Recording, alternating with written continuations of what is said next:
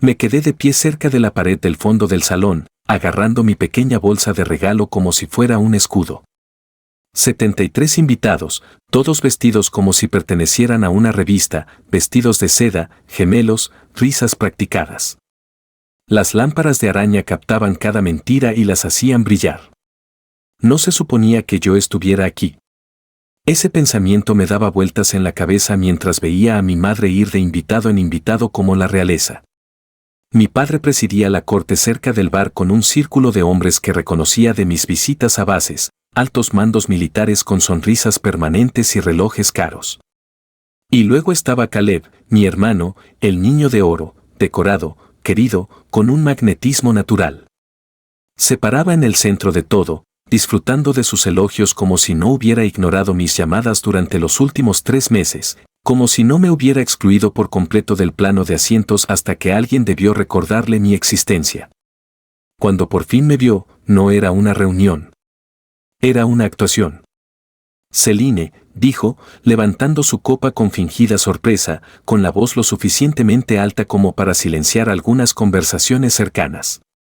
No sabía que dejaban entrar a los freelances con los verdaderos profesionales. Se oyeron algunas risas educadas. Sonreí levemente, recogiendo mi cabello detrás de la oreja. Supongo que no todos pueden servir a su país, añadió, dando un sorbo a su bebida. Ladeé la cabeza. Y no todos tienen que estar financiados por el fondo fiduciario de alguien para impresionar. Fue sutil, casi demasiado bajo, pero acertó.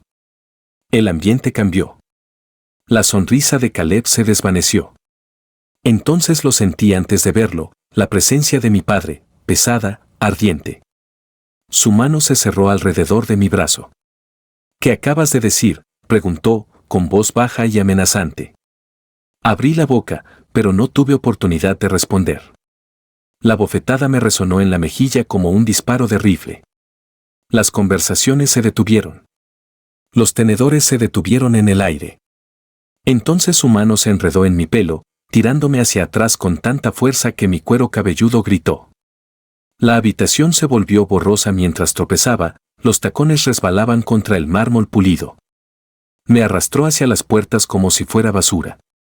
Jadeé, pero el dolor me cortó la respiración. Mis manos buscaron equilibrio, clemencia, cualquier cosa.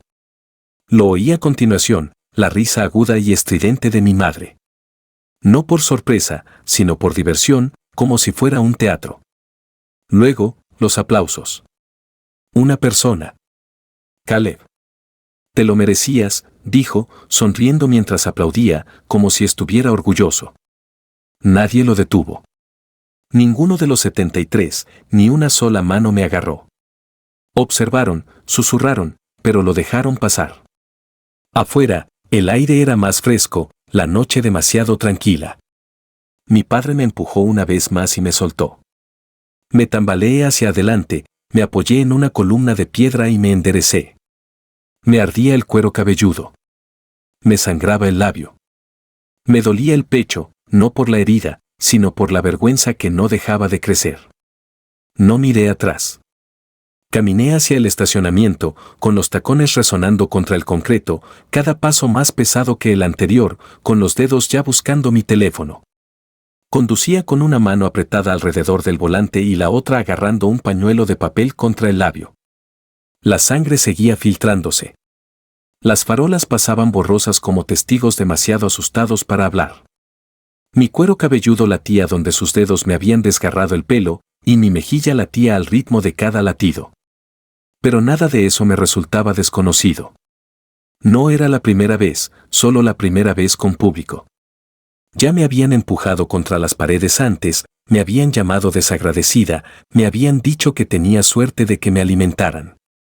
Mi padre siempre había sabido usar la decepción como arma, mi madre cómo disfrazar la crueldad de refinamiento, y Caleb se había dedicado a ignorarme hasta que llegaba el momento de demostrar su valía en comparación. A los 8 años, traje a casa un dibujo del que estaba orgulloso. Mi madre me dijo que no lo colgara en la nevera, llenaría la cocina. A los 16, me aceptaron en un programa de arte. Mi padre me preguntó si era una escuela de verdad o solo un garabato con la matrícula. El día de mi 25º cumpleaños, llamé a Caleb. No contestó. Más tarde, vi fotos de él celebrando en un bar en una azotea con mis padres. Esta noche no fue una traición. Fue un resumen. Entré en el aparcamiento de mi apartamento, aparqué y me quedé un momento mirando el edificio. Todavía me temblaban las manos. Mi vestido estaba roto por el hombro, la tela rasgada en el mismo punto donde él me había agarrado. Respiré hondo, y luego otro. Dentro, encendí la luz del baño y me vi en el espejo, labio hinchado, mejilla magullada, pelo enredado. Mi reflejo me devolvió la mirada sin pestañear. Se acaba esta noche, dije en voz alta. Fui a la cocina, saqué mi teléfono y revisé nombres que no había tocado en años. Entonces lo encontré, Dana, de la universidad. Era la lista, estudiaba contratos por diversión, discutía con profesores y ganaba. Una vez le presté un libro de texto cuando no podía permitírselo. Eso fue hace mucho tiempo. Le di al botón de llamada. La línea sonó 2 veces. Celine, respondió, aturdida. Soy yo. Necesito ayuda. Una pausa. Háblame, dijo. Y así lo hice. Dana me encontró en una tranquila cafetería cerca de East Monroe a la mañana siguiente. No perdió el tiempo con charlas triviales, simplemente sacó un bloc de notas y esperó. Le conté todo, desde el momento en que entré al salón de baile hasta el segundo en que cerré de golpe la puerta del coche y me di cuenta de que no podía seguir fingiendo que todo era normal. Esta vez no lo suavicé. No intenté protegerlos. Y Dana nunca me interrumpió, nunca se inmutó, simplemente escuchó. Cuando terminé, asintió una vez y dijo, lo documentamos todo. Para cuando salí de la cafetería, tenía una lista de pasos a seguir y una carpeta en mi bolso con la etiqueta, evidencia. No sabía cómo era la sanación, pero esto me pareció un comienzo. Esa tarde, llamé a la puerta 2 pisos más abajo. Rick Dano me abrió, casi esperándome. Pensé que te vería, dijo, haciéndose a un lado. Rick había sido mi casero durante 3 años, el tipo de persona que se acordaba de echar sal en las aceras antes de que heladas y nunca preguntaba por el ruido a menos que sonara a peligro. Antes era policía, ahora trabajaba como agente de seguridad independiente y a veces encontraba discretamente cosas que la gente no quería encontrar. Le di el papelito que Dana me había dado, nombres, fechas, un número de cuenta bancaria que apenas recordaba. Si hay algo raro, dije, necesito saberlo. Rick lo cogió, repasando la lista con la mirada. ¿Raro, chico? Ya te puedo decir que nada de esto está limpio. Esa noche, me senté en la cama, con las luces apagadas y la carpeta en el regazo, mirando los moretones en mis brazos y el brillo de la pantalla de mi teléfono. Me llegó un mensaje de Dana, empieza a guardarlo todo. Esto no será privado. Lo leí 2 veces y luego abrí un nuevo álbum en mi teléfono y lo llamé, Prueba. Rick llamó a mi puerta 2 días después, con una carpeta manila que parecía más pesada de lo que el papel debería soportar. Tengo algo, dijo, entrando sin esperar invitación. Me senté frente a él en la mesa de la cocina. Colocó los documentos en filas silenciosas, extractos bancarios, transferencias bancarias, correos electrónicos con asuntos recortados como turno interno y autorización de transferencia de fondos. Al principio no entendí los números. Luego vi el número de la cuenta. Era mío. El nombre de tu padre aparece aquí, dijo Rick, tocando la segunda página y de nuevo aquí, firmando como fideicomisario. Las fechas coincidían con el ascenso de Caleb, con el coche nuevo que mi madre conducía de repente, con las fotos de partidos de golf que había visto en internet, siempre etiquetadas en el club de campo en el que nunca había puesto un pie. Cogí un documento, una serie de retiros a lo largo de 3 años. Los totales me revolvieron el estómago. Se suponía que esto era mío, dije. Mi educación, mi futuro. Usado para engrasar ruedas. Rick murmuró, tablones de promoción, donaciones a fundaciones de bases, incluso pagué a un publicista. Todo a tu cargo. Sacó un correo electrónico impreso, cuyo asunto decía: asegúrate de que Caleb destaque. El cuerpo era breve, su padre era muy persuasivo. Dana llegó una hora después, hojeando las páginas con silenciosa intensidad. Esto no es solo abuso, dijo. Es fraude, tal vez incluso blanqueo. Podemos ir por lo civil o lo penal. Quizás por ambos. Asentí lentamente, pero tenía las manos frías.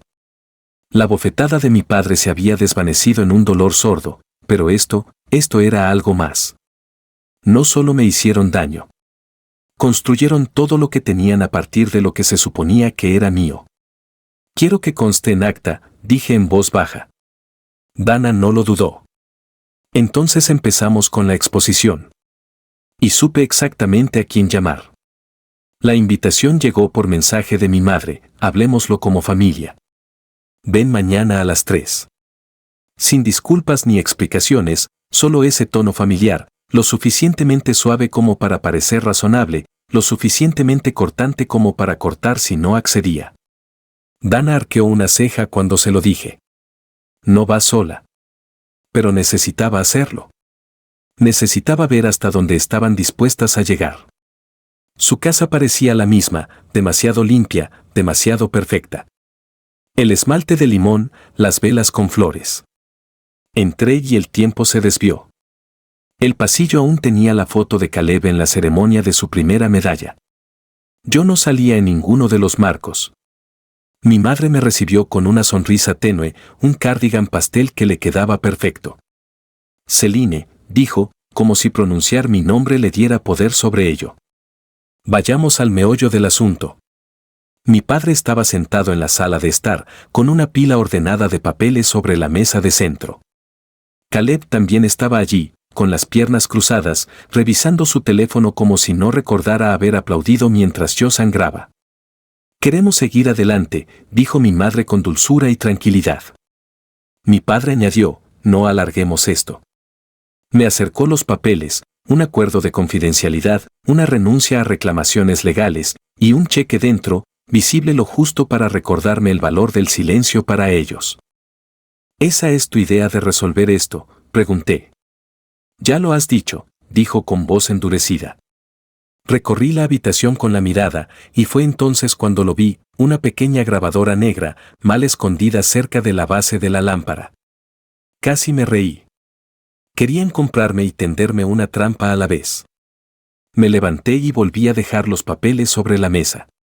¿Crees que se trata de dinero?, dije en voz baja. Nunca lo fue. El rostro de mi padre se ensombreció.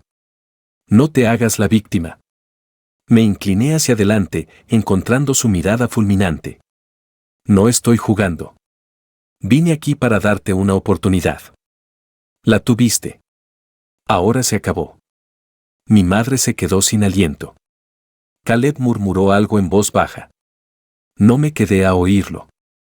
Al salir, mis dedos ya estaban apretando el teléfono y Jenny ya estaba esperando mi llamada.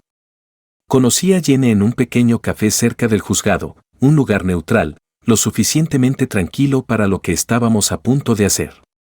Se veía distinta a como la recordaba de la universidad, más despierta, con la mirada cansada, pero aún ágil, aún con hambre. Se sentó frente a mí y echó un vistazo a la carpeta que había traído. ¿Esto es todo?, preguntó. Asentí. Vídeos, transferencias al fideicomiso. El resto está con Dana. No me preguntó por qué lo hacía. Lo sabía. Hojeó las páginas con precisión practicada, con el rostro impenetrable. Cuando llegó a la parte sobre la financiación del ascenso de Caleb a través de mi fideicomiso, silbó levemente. No van a escaquearse de esto, dijo. Ese es el punto. Para cuando salí del café, Dana ya había emitido una declaración legal, formal, clara, fría como el acero. El lenguaje era directo, un patrón de coerción, abuso financiero y agresión física. Sin adornos, solo hechos. El artículo de Jenny se publicó 3 horas después. El titular era directo: empresario local captado en cámara agrediendo a su hija, se alega malversación de fondos fiduciarios. En la parte superior se veían las imágenes del salón de baile, la mano de mi padre sobre mi cara, el arrastre del pelo, Caleb aplaudiendo, mi madre sonriendo. En cuestión de minutos, estaba por todas partes. No revisé los comentarios. No hacía falta. Dana llamó justo antes de medianoche. 3 clientes se han retirado del bufete de tu padre. Caleb ha sido puesto en baja administrativa. Me senté en el borde de la cama, mirando al techo. La casa donde crecí, la familia que se construyó a base de silencio e imagen, se estaba desmoronando. Y yo aún no había dicho ni una palabra públicamente. Al colgar, mi teléfono volvió a vibrar.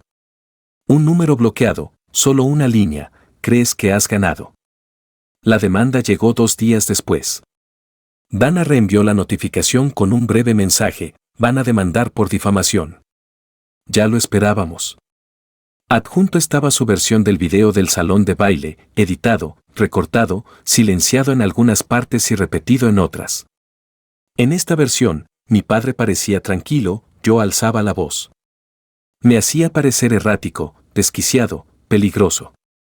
Quieren controlar la narrativa, dijo Dana durante nuestra llamada. Apuestan a que la percepción pública cambie antes de que podamos presentar nuestra contraofensiva. Y para algunos, funcionó. Internet se convirtió en una zona de guerra. Los mensajes me inundaban, algunos amables, otros crueles, otros solo ruido. Me llamaban valiente, amargada, sincera, mentirosa, buscaba atención, estafadora.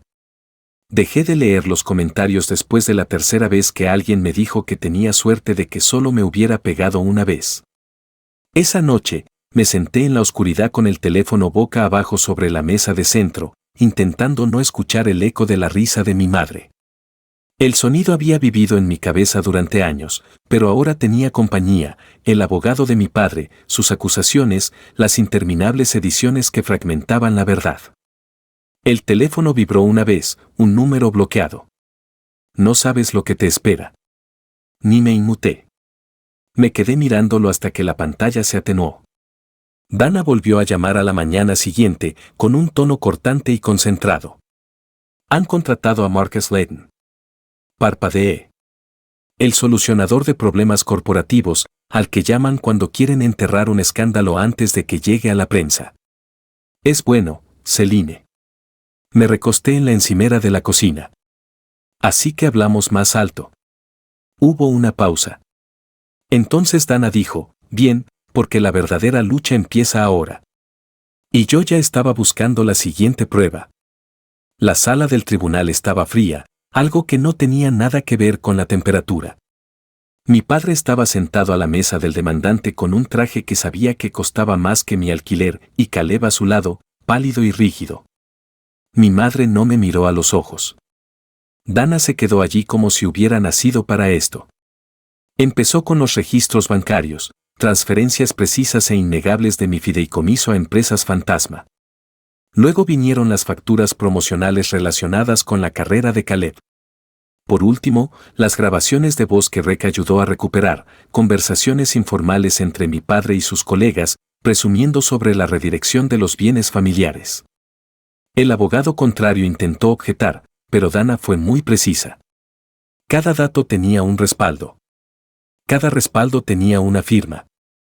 Cuando llegó mi turno, di un paso al frente y levanté la mano derecha. No me temblaba la voz. Les conté lo que recordaba, no solo la bofetada, no solo el arrastre, sino los años previos, los insultos en privado, la eliminación en público, el dinero que no sabía que había perdido hasta que alguien más lo cobró. No solo me silenciaron, dije. Me gastaron.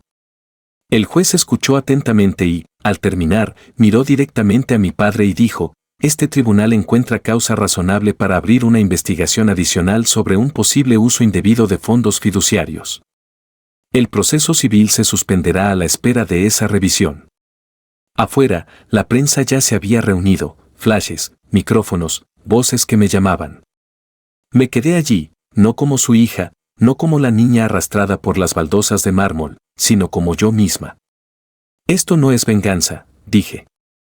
Esto es justicia. Y finalmente, sentí lo que era sentir cada palabra que decía. El video completo se publicó 2 días después, sin ediciones, sin cámara lenta, sin cortes para proteger la reputación, solo la verdad. La voz de mi padre, aguda, que luego subía de tono, su mano sobre mi rostro, el momento en que me agarró del pelo, mis pies rozando el suelo, Caleb aplaudiendo de fondo, mi madre riendo como si fuera un espectáculo. Se difundió rápido, más rápido que cualquier comunicado de prensa, cualquier artículo. No necesitaba pie de foto. El silencio de la sala, las expresiones de los invitados, decían más que cualquier titular. Al mediodía, Caleb emitió un comunicado, renunciaba a su puesto, alegando problemas de salud mental y el deseo de evitar distracciones para su unidad. Al anochecer, 3 patrocinadores habían cortado vínculos con el bufete de mi padre. Un cuarto se retiró a la mañana siguiente. Su nombre figuraba en los artículos junto a palabras como acusaciones, abuso e investigación. Observé todo desde mi apartamento, con un café en la mano y una manta sobre los hombros como una armadura. No me sentía triunfante. Me sentía quieto, no en paz, ni enojado, simplemente quieto, como si algo finalmente hubiera dejado de girar. Más tarde esa noche, abrí el cajón superior de mi cómoda y busqué en el fondo. El collar estaba enredado entre recibos y gomas elásticas, la cadena era delicada, el cierre aún doblado por donde mi madre me lo había arrancado del cuello la noche de la fiesta. Lo sostuve a contraluz. El colgante no valía mucho, solo un pequeño círculo de plata con un patrón de ondas grabado, un regalo de alguien que una vez me dijo que era más fuerte de lo que creía. Me lo puse alrededor del cuello. No era como recuperar el pasado. Era como anclar el presente. Y cuando apagué la luz y me metí en la cama, no pensé en lo que había perdido. Pensé en lo que finalmente estaba construyendo. Las luces del auditorio se atenuaron cuando subí al escenario, no era un tribunal, ni una conferencia de prensa, solo una sala llena de mujeres y algunos hombres que sabían lo que significaba que te rompieran en silencio. No había planeado hablar. Se suponía que solo debía escuchar. Pero cuando me preguntaron si quería el micrófono, mis piernas se movieron antes de poder adivinar. No les conté todo, solo lo suficiente. Hablé del momento en que entré a una fiesta y salí con la cara magullada y la claridad, sobre la línea entre el silencio y la rendición, sobre cómo una llamada telefónica no cambió mi vida, pero lo que sí lo hizo fue todo lo que elegí después. Solía pensar que los límites eran muros, dije. Ahora sé que son puertas. Solo tienes que ser tú quien la cierre. Los aplausos llegaron suavemente, no de esos que exigen una actuación, sino de los que dan espacio. Después, me dirigí a la salida. La gente me detenía, algunos para abrazarme, otros para susurrar sus propias historias. No necesité decir mucho. La mayoría ya entendía lo que quería decir. Afuera, el aire era más fresco de lo que esperaba. Me ajusté el abrigo y cogí el teléfono. Un nuevo mensaje parpadeó en la pantalla, de un número desconocido, gracias. Por tu culpa, yo también me fui.